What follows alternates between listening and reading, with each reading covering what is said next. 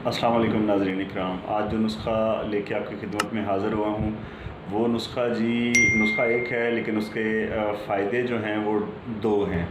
यानी ये नुस्ख़ा औरतों के लिए भी मुफीद है और मर्दों के लिए भी मुफीद है। ऐसे मर्द हज़रात कि जिनको जरियान का मसला है और मादा मनविया पतला है बहुत ज़्यादा, और मसाने में गर्मी की वजह से पेशाब अक्सर जल के आता है, उनके लिए भी बहुत अच्छा है। और दूसरे नंबर पे ऐसी ख़वातीन के जिनके साथ लेकोरिया का इशू है, और वो लेकोरिया है जी बदबूदार लेकोरिया, ठीक है। ये गर्मी की इन्फेक्शन होती है, गर्म मिजाज लोगों में अक्सर होता है, और ये ऐसा पेचीदा मर्ज़ है कि साल हर साल तक दवाइयाँ खाने से भी इसको कोई फ़र्क नहीं पड़ता।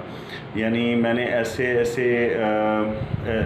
मरीज़ देखे हैं इस हवाले से कि रेगुलर दवाइयाँ ले रहे हैं, दवाइयाँ चल रही, बाद औक़ात किसी दवा से थोड़ा बहुत फ़र्क पड़ जाता है, लेकिन कुछ अरसे के बाद ये फिर से जैसे था वैसे ही मसला शुरू हो जाता है।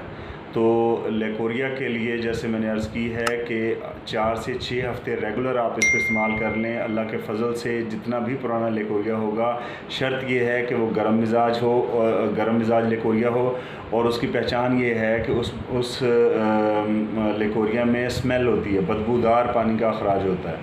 तो चलते हैं नुस्खे के अज़ा के तारुफ़ की तरफ।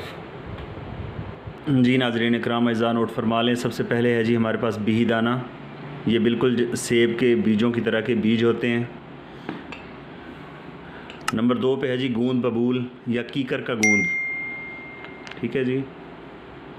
तीसरे नंबर पे हैं तुख्मे बालंगू। ये आम फलूदे वाले और ये शरबत वाले इस्तेमाल करते हैं, ठंडा होता है और ये पेशाब की जलन वगैरह को ख़त्म करता है और गर्मी से पैदाशुदा इन्फेक्शन के लिए अच्छी चीज़ है। अच्छा जी, चौथे नंबर पे है हमारे पास तुख्मे लाजवंती। 5वें नंबर पे है जी सतावर,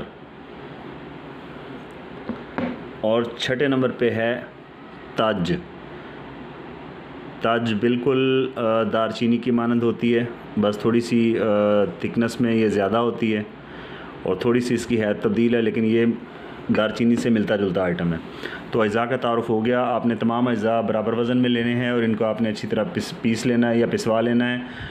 और इसकी मिक़दार खुराक जो है वो 1 चाय का चम्मच सुबह खाली पेट आप लेंगे। पानी से भी ले सकते हैं, दूध से भी ले सकते हैं। और दूसरा जो इसका टाइम है वो है जी असर का वक्त, यानी दोपहर के खाने के 2 घंटे के बाद और रात के खाने से तकरीबन 2 घंटे पहले। यानी जब दोपहर का खाना हज़म हो चुका हो और पेट तकरीबन खाली हो, तब आपने ये इसकी दूसरी खुराक लेनी है। पानी बर्फ़ वाला नहीं हो जिससे आप लें, सादा पानी से लें।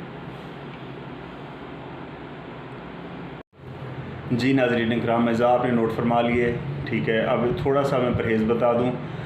इसमें सबसे पहले आपने सुर्ख मिर्च बंद कर देनी है मुकम्मल तौर पे। आप हल्की काली मिर्च में खाना खाएं बना के। और दूसरे नंबर पे तमाम गर्म ग़िज़ाएँ, अंडा बंद, मछली बंद, बड़ा गोश्त बंद है, करेले और बैंगन, ठीक है।